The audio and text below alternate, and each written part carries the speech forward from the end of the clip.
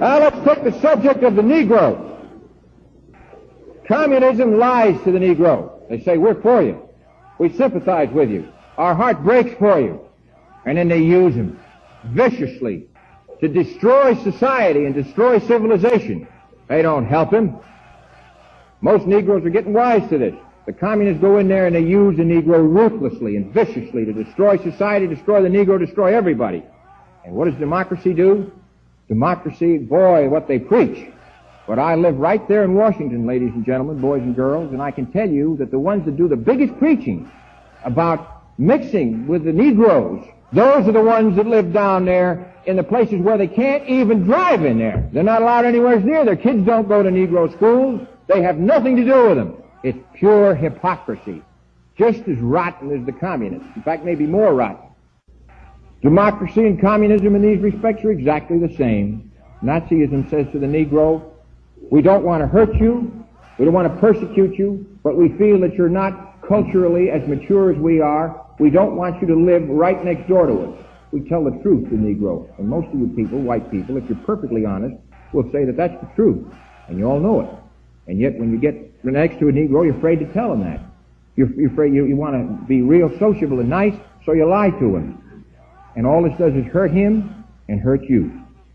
There is one great Negro leader that I admire, and I understand that I hope I can be helpful in getting him here, and that's either Elijah Muhammad or Malcolm X. Now, these are great leaders. I wish to God we had one white leader of the stature of Malcolm X. Just one in our government. If you don't believe me, you wait till he stands up here and talks to you. That's a man. When you see that man, you'll see a man that'll stand up and talk to you, right up to you, square and fair. He won't cringe or kowtow or black Tom or anything else. And neither will he be arrogant. He's a man and he's a leader. Now, those are the kind of leaders that the Negro people need, not Arthur Spingarn of the NAACP or Marvin Rich of CORE, neither one of them who are black. As I say, I'm not going to go into any other further details, but the Negro people need leadership by their own people. And they got them. Good leaders. And if we will back Elijah Muhammad and his type of leader, you will see the race problem solved. And that's what the Nazis say. What I'm trying to show you is that on every single point you take, economics, women, any other things that I've gone into, race, spiritual ideas, business, communism, and democracy are basically the same thing. They talk a little different, but they do the same thing. The only difference is democracy is a little bit more hypocritical about it. Any more $100 for separation? Should I come down? What should I come down to? $20. Hold on for $20. $20 from who? George Lincoln Rockwell. Where to heaven?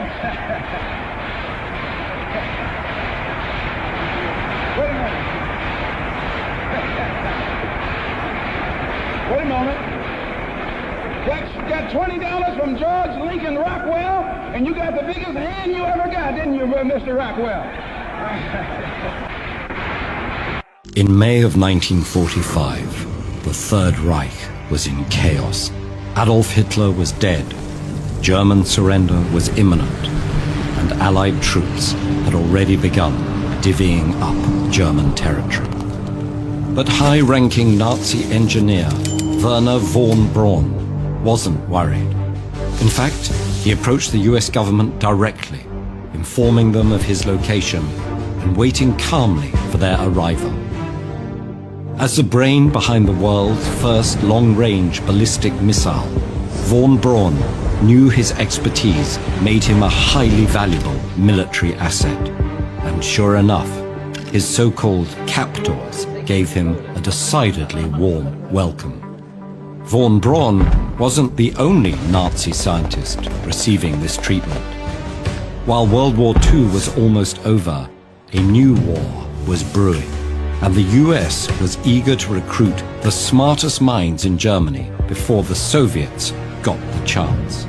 This became known as Operation Paperclip, a clandestine campaign that brought over 1,500 German scientists to the US between 1945 and 1962. The program was named for the paperclips attached to the files of early recruits, indicating that incriminating information like Nazi affiliations or suspected war crimes could be disregarded. Von Braun, for example, had overseen an SS project that relied on forced labor from thousands of concentration camp prisoners. While von Braun approached the US directly, other scientists had to be identified and located. One important asset in this effort was a Nazi-compiled list of Germany's top scientists, which someone had unsuccessfully tried to dispose of by flushing down a toilet.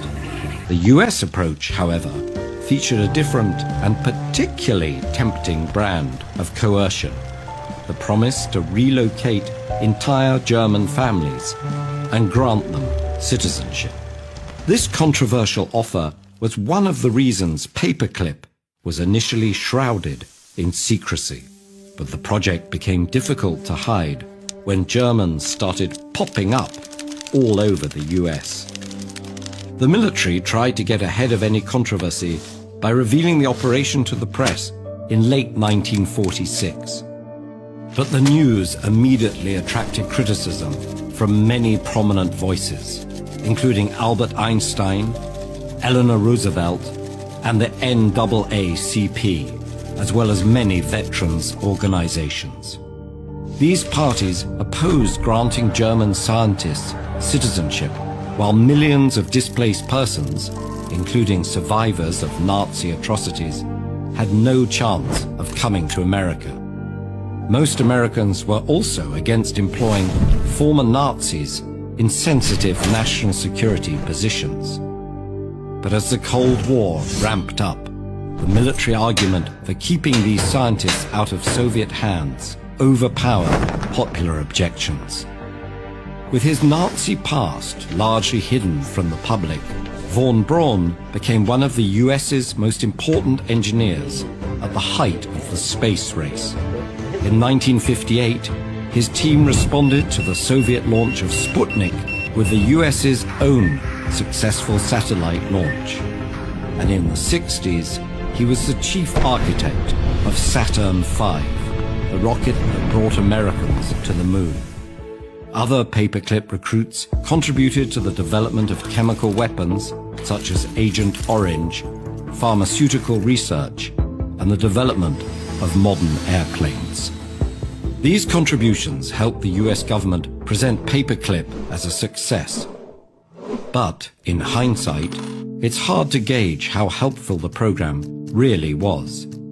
While von Braun saved the US years of rocketry experimentation, there's no reason to think American scientists couldn't have developed the same technology without him.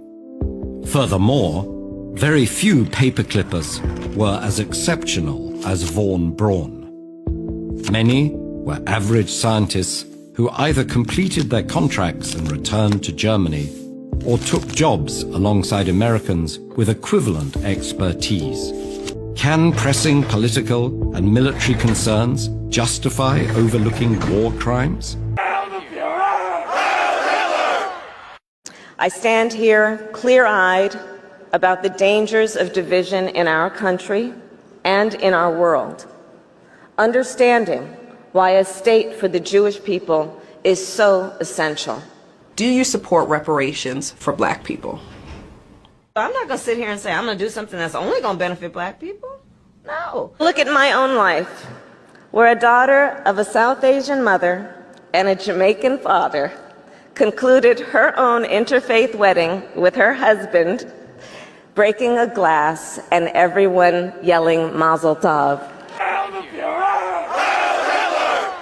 Meanwhile, it doesn't matter whether or not the person that is accosting your son or daughter or my son or daughter, my wife, your husband, my mother, your parents, it doesn't matter whether or not they were deprived as a youth. It doesn't matter or not whether or not they had no background that enabled them to become socialized into the fabric of society. It doesn't matter whether or not they're the victims of society. The end result is they're about to knock my mother on the head with a lead pipe, shoot my sister, beat up my wife, take on my sons. So I don't want to ask what made them do this. They must be taken off the street. That's number one. There's a consensus on that.